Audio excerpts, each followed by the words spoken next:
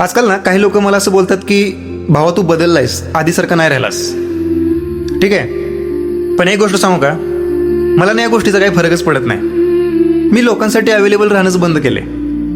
कोणाच्या फालतू मॅटर्समध्ये आपल्याला पडायचंच नाही. कोणाचा फोन आला, कोणाचा मेसेज आला, मी माझ्या टाईमनुसार रिप्लाय देतो. आणि जर मूड नसेल ना तर मी बघत पण नाही. मग लोकांना वाटतं माझ्यात ॲटिट्यूड आलाय, माज आला याला. पण खरं सांगू का भाई, मला ना याचा काहीच फरक पडत नाही. बिकॉज मला ना माझी मेंटल पीस जास्त महत्त्वाची वाटते. ठीक आहे, आणि मी जेव्हा लोकांचा विचार करायचो, प्रत्येकाला खुश ठेवायचा प्रयत्न करायचो ना, तेव्हा मी स्वतःला रोज त्रास करून घ्यायचो भाई.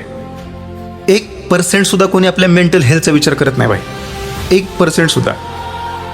ठीक आहे, खूप सेल्फिश आहे ही दुनिया, खूप सेल्फिश आहे. म्हणजे कोणी माझ्याबद्दल काय ओपिनियन बनवतंय याने माझ्या आयुष्यात काय बदलत नाही बघ. माझ्या पाठीमागे मला कोण काय बोलतंय, मला काय जज करतंय, काही फरक पडत नाही. मी माझ्या कामाला टॉप प्रायोरिटी देतो. मी करतो तेच जे मला आनंद देतं. मग तू बदललायस, तू असा झालायस, तसा झालायस, मी कोणाचं ऐकत नाही. मला माहिती आहे ना, लोक येतात, ज्ञान देतात, लोकांशी नीट वागत जा, नाती जपत जा, शेवटी आपलेच कामाला येतात, आहे की नाही. पण आपलं कसं असतं माहिती आहे का भाई, सरळ इग्नोर. आपले तेव्हा कामाला नाहीत आले जेव्हा खरंच गरज होती.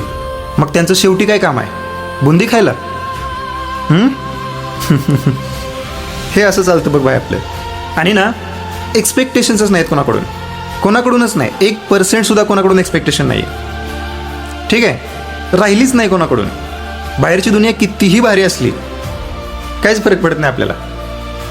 स्वतःचं ना पीस ऑफ माइंड स्वतःच्या हातात आहे, बस. जे काय आहे ते ठीक आहे.